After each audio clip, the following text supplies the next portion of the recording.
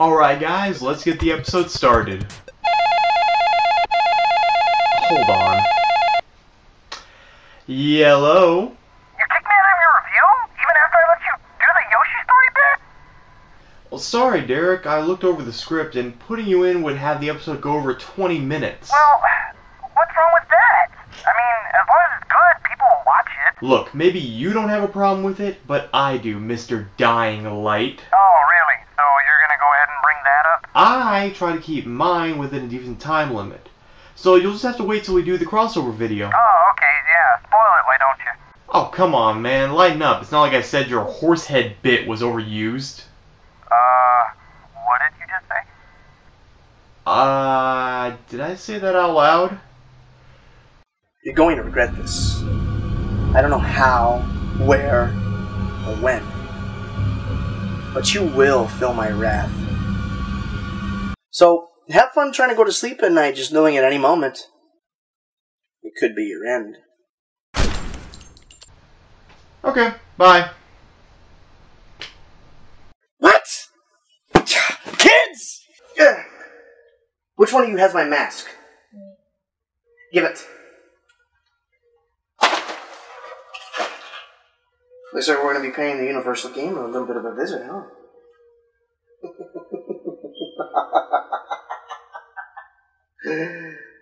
You guys are supposed to laugh with me?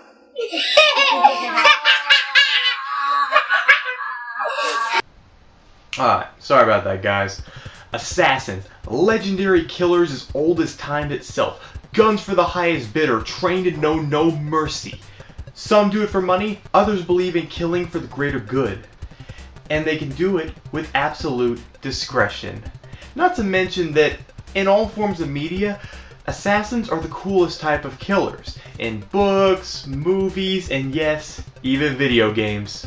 Assassins have always been shrouded in mystery, so what better way to flesh out their lore than in the world of video games? We have had great game series like the Hitman franchise, Dishonored, Tenchu Assassins, even games that have elements from these genres like Tomb Raider, Watch Dogs, and The Last of Us. Though lately we have been getting kind of overblown with these types of games, with the Assassin's Creed series putting out a new game just about every year, with varying quality. Which brings us to today's little gem of a game, Wanted: Weapons of Fate.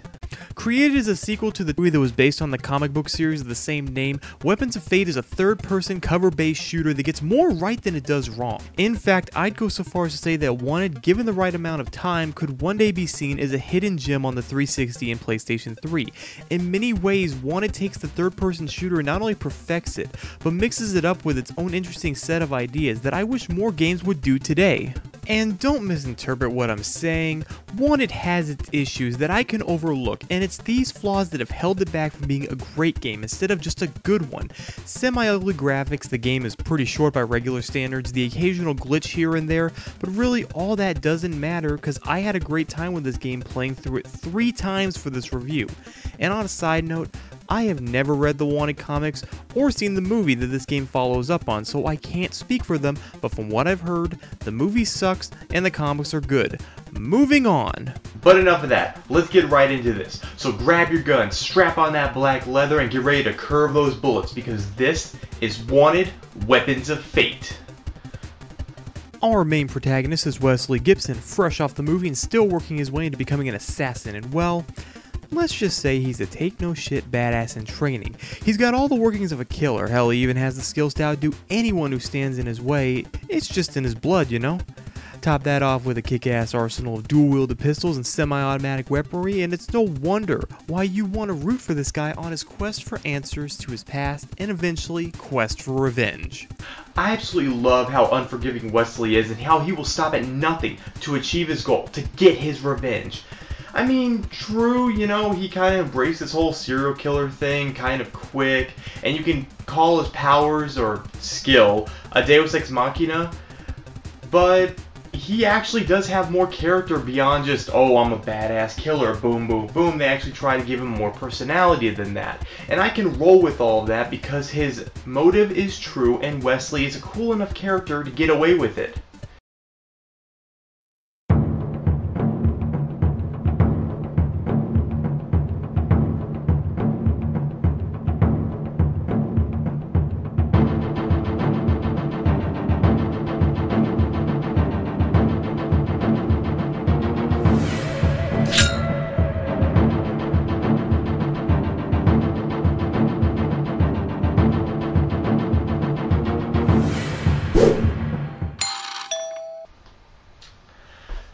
I'll get that.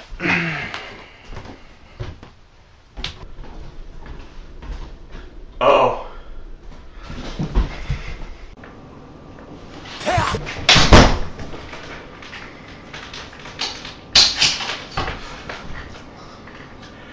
Maybe a slight error in judgment. Come out and taste my blade. The story for Wanted takes place 5 hours after the events of the film.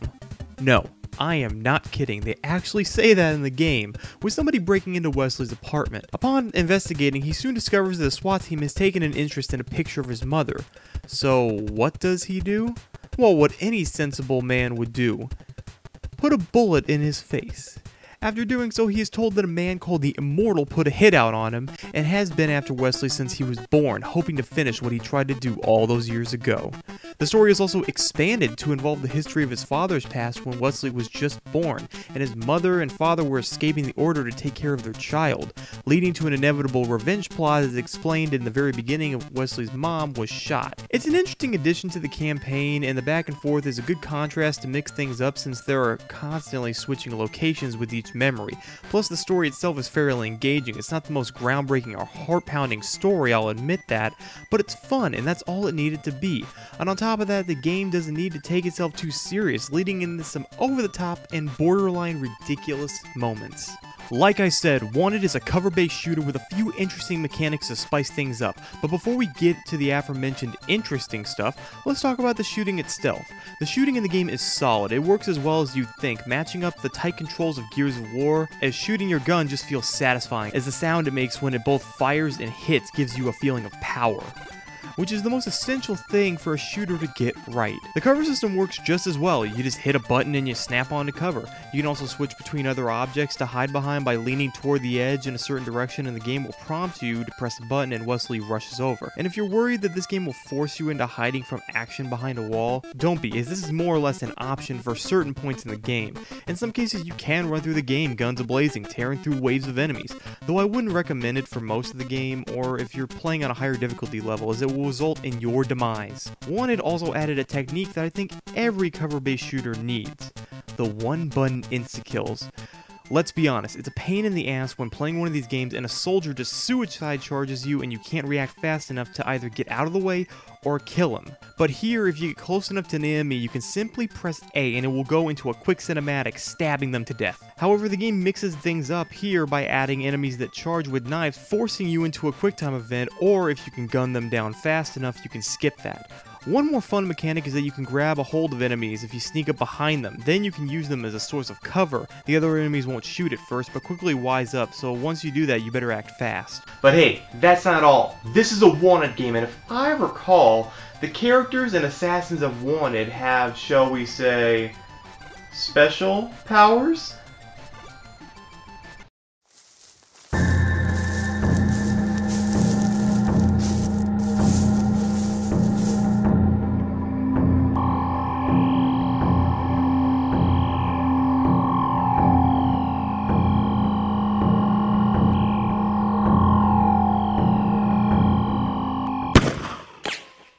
Damn it! I'm of course referring to the bullet curving, which you can perform along with a few other abilities to gain the upper hand on your opponent. By holding the left bumper, you can access your bullet curving skills. As you can see, you can bend it from every corner and even control how curved the bullet will be, meaning you can use the skill in just about every room, even in confined spaces like the plane. However, this power isn't infinite, otherwise the game would be too easy. You have to build up a meter. Well, it's not so much a meter as it is a slot. If you look at the top right corner, you'll notice a bullet. That's the slot, and you gain more by killing the bosses, so you can't use these until you take out the first boss. You can use the slot by killing enemies, then you can use the curve shots. But wait, that's not all. As the cover system allows you to have a special technique, early on the game recommends that you blind fire because, believe it or not, shooting blind from cover actually helps in this game. Once you let the bullets fly from the safety of cover, the screen blurs around the edges, indicating that everyone has stopped firing. This is where you get the opportunity to jump to another section of cover. But when done this way, Wesley can shoot to cover a lot faster, giving you the chance to circle and finish off the enemy, or even grab them from behind. Also, running forward from cover with the same process allows you to slow down time in sort of a Max Payne style to gun down anyone sticking out their head. Then there's the slow-mo sections. At a certain point in just about every level, there's a moment where the game throws you in these really fun slow-mo sections where it'll have Wesley dive or slide into action, then going into the first-person mode. Then it shows you all the incoming bullets, giving you roughly 5 seconds to shoot the bullets mid-air and gun down all the assailants. This is a great mix-up to the standard gameplay and an excellent replacement to QuickTime events. It kind of reminds me of the section in the first reboot Tomb Raider game where Laura got caught in a bear trap and had to shoot the wolves jumping out at her. Same basic concept, just implemented in a slightly different way. And finally, we have the turret sections. Yeah, you thought this licensed title could escape the cliched turret sections? These parts are as simple as they sound. You run through the level, then a cutscene happens that throws you onto a turret where you gun down X number of bad guys before the game lets you off. I have pretty mixed feelings on this part of the game. On one hand, they're pretty simple to control and a complete cakewalk. You fire away like crazy till everyone drops while occasionally stopping to duck for cover and regain health. But on the other hand, the first turret section feels unbalanced and I died so many times before passing that I nearly gave up on this game. I guess it's a case of making a bad first impression, but afterwards they're not too bad, and to be honest, in one of the levels, the music for the turret section is pretty kick-ass. There's plenty of stuff to blow up too, like cars and oil tanks, so you at least get a few good explosions out of it. The controls are pretty solid and are set up as you would imagine. Left and right trigger to aim, A to take cover. You can even angle from points of cover to move to specific spots. You use X to reload your weapon, and the B button acts as an insta-kill for up-close combat. Of course, you have the left and right thumbstick for your body and camera movement, and then your special abilities. Most of them happening from shooting enemies from cover and moving to other parts of the room, but your bullet curving needs to be activated by using the left bumper in combination with the left stick. Honestly, I never had an issue moving from cover or pulling off my shots or trying to use my bullet curving. They're as tight as the Gears of War controls. I'm not even kidding.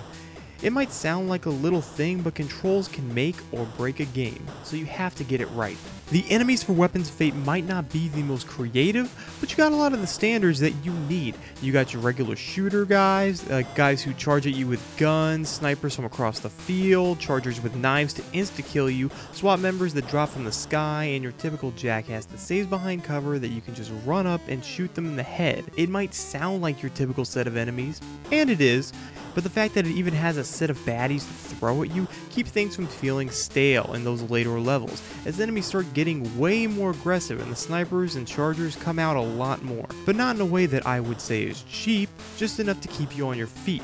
However, it does get somewhat grueling in the final level, but I'll get to that soon. The level design for this game I would put under being par for the course. It gets the job done for a third-person shooter with plenty of cover to be had, but it's not going to wow anyone anytime soon. There are some great ideas put here and there to mix up what's going on in the levels, like one where you're protecting your wife, or another where snipers trying to pick you off at the distance you have to move quickly in cover and dodge him. There are some more promising levels though that try to impress, like when you're running through a burning office, or at a level when you're on a plane and it's going down, or even found some more interesting locations like the Temple of Assassins. It's really intense and a lot of fun, and if more levels had been like that instead of just being linear cover-based sections with a new coat of paint every few levels, I'd have more to say about them. But for now, I gotta say, for the most part, it's just okay. The music in the game is awesome. It's straight up rock. It's tense and sets the mood for the firefights, but I wouldn't expect any less since the soundtrack is a bunch of expanded and looped sets from the movie soundtrack, which was composed by the one and only Danny Elfman. There's even a remix song called The Little Things used in the title of the game. One of the best parts of this game is the awesome bonuses you get after beating the game. By beating the game, you can play through the campaign as a bunch of other characters you face, like killed bosses such as the Butcher, the Immortal, and the SWAT man at the beginning. But that's not where it stops. There's also cheat codes available in the game. You heard me right. In an era of gaming where you're lucky to get an Easter egg here and there, Wanted Weapons of Fate actually has some pretty killer cheats. Huh? Sorry. 4, 3, 2, 1.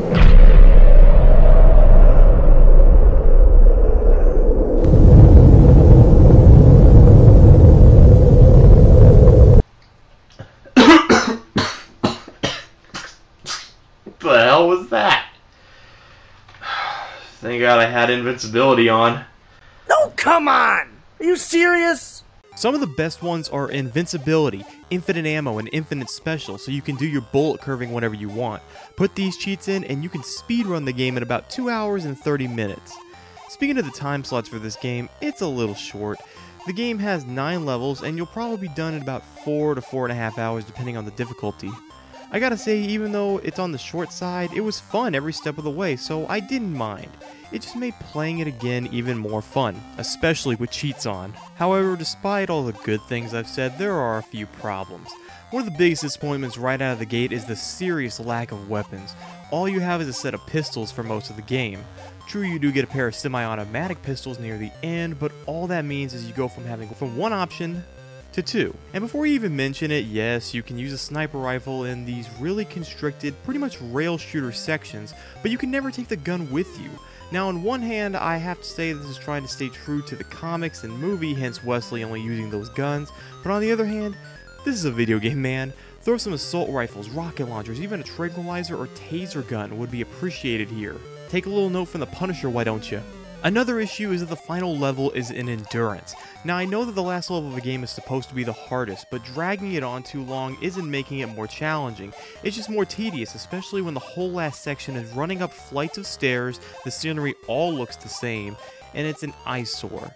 But at least the final boss himself was pretty fun. However, speaking of the bosses, some of them were pretty underwhelming. Most of the time it comes to hiding behind cover and waiting for the opportune moment to jump out and shoot. Now, I got no problem with a classic shootout between somewhat good guy and bad guy. I mean, it could be worse. They could have pulled some bullshit like in Dying Light or Shadow of Mordor and had it just be a quick time event, but they didn't. They kept it fun by having you actually fight the boss. Thank God. I think the most interesting fights were the last two with the hot chick and the Immortal, where the hot chick shot from a zipline and you had to watch for her, and the Immortal was fast as hell and also had the ability to summon SWAT members. But if all you have to compete with is a few easy cover shootouts from across the room, then that's not much of an ending. And speaking of which, the ending of the game was pretty freaking abrupt. After you beat the Immortal, yeah, spoilers, sorry, you get a 20-second cutscene and credits. Basically saying, good job, you won, goodbye.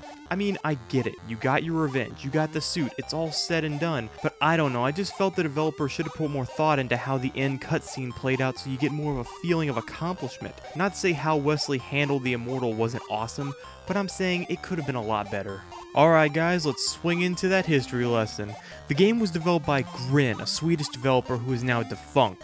Wanted was released on the Xbox 360 and PlayStation 3 in March of 2009 and was distributed by Universal. This was one of the last games that Grin had made and was the best reviewed of the 3 put out that year. The 3 games were Wanted, Bionic Commando, and the infamous Terminator Salvation. Now, here's where they dropped the ball. Apparently Grin had planned to make a spin-off for Final Fantasy, codenamed Fortress, and were to be paid $16.5 million US for the project by Square Enix. However, upon the poor reception of the 3 games, Enix decided to pull out, leaving Grin millions of dollars in debt. I'm telling you this because prior to these 3 games, the company only made 1 game a year, and each one before got a great reception. Tom Clancy's Ghost Recon 1 and 2, and Bionic Commando Rearmed, all great games, but Grin got in over their heads and tried to push out 3 games in 1 year hoping to get the same type of response and make a fortune. Sadly, we all know how that turned out. It's truly a shame because if they had just focused on Wanted or any of the other 2 and not stacked projects, they all could have been hits. Grin seemed competent enough before, but that's a big if. Even in the rush time they took to make the game, Wanted still had some great moments of fan service the movie didn't, like referring to Wesley as the killer or son of the killer, and that's awesome. The costumes he got, ripped right from the comics, were great, so there was some effort to make the game resemble its lore. Guys, that was Wanted and... Hold on. What? I told you never to mess with me, didn't I? Oh, what are you gonna do? You know, drop an anvil on my head? I was thinking more along the lines of your family. What? Yeah, go ahead and turn on your TV.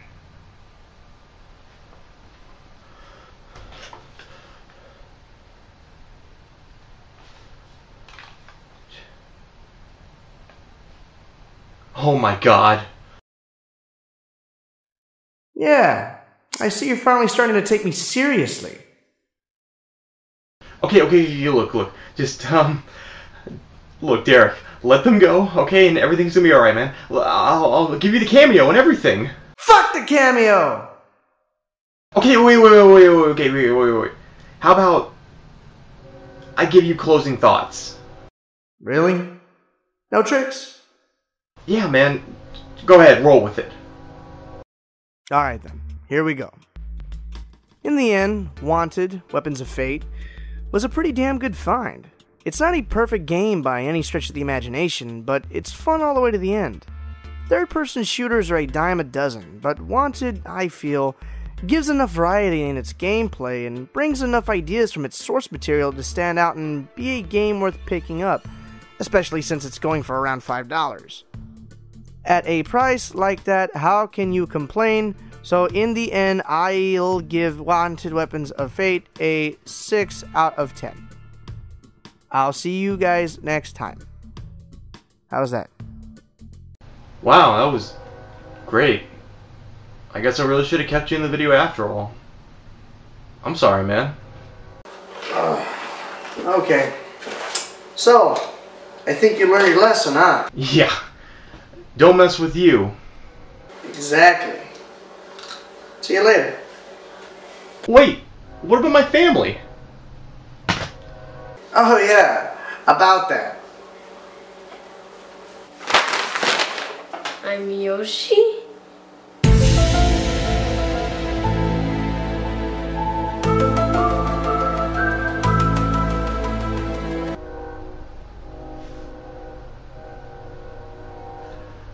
I'll see you guys next time. Jesus Christ. Hey guys, thanks so much for watching. If you liked what you saw in this video, please go ahead and like, comment, or subscribe, and you'll be tuned in for all the other episodes. If you don't like this kind of video, or if you did like this kind of video, I have more kinds of reviews. I have my quick and easy reviews, which are shorter videos that try to sum the game up as best as I possibly can in a few minutes, or my vlog style reviews called King Game Reviews. You can find them all on my channel. Just take a look and enjoy. And if you were wondering who that guy was that appeared in my video and why he was referring to a Yoshi video, his name is Derek64, and I did a cameo in one of his reviews as well, and he's a really great guy. He went through a lot of trouble to make some of the effects for this review. He did all of his parts himself, and it was just a lot of fun working with him. We've been talking about doing this for a while, and this might not be the big video. Like we said, we're going to do a collaboration together, hopefully soon, and just support him, man. Check out his channel because he really works hard on what he does. And thanks, Derek. Thank you everybody again for watching, and I'll see you next time.